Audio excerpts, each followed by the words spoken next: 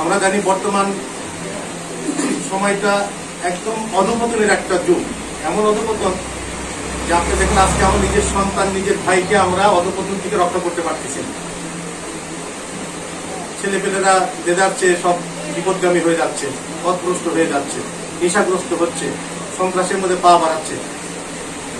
ঠিক এরকম একটা যুগ সন্ধিক্ষণে লিটনদের মতো এরকম ইয়াং ছেলেপেলেরা এরা যে একটা ভালো কাজে উদ্দেশ্য নিয়ে একটা সংগঠন তৈরি করেছে।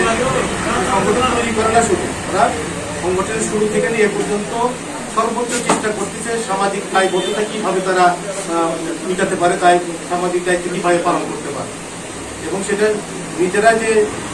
নিজেরা করবে তাহলে সেখানে শিক্ষিত সুদীজন তাদের নিজেদের শিক্ষক এবং আলিমা সবাইকে সেখানে সম্পৃক্ত করার তার চেষ্টা করছে। এর দ্বারা বোঝা যায় যে এদের উদ্দেশ্যটা অত্যন্ত স্বচ্ছ এবং সৎ উদ্দেশ্য।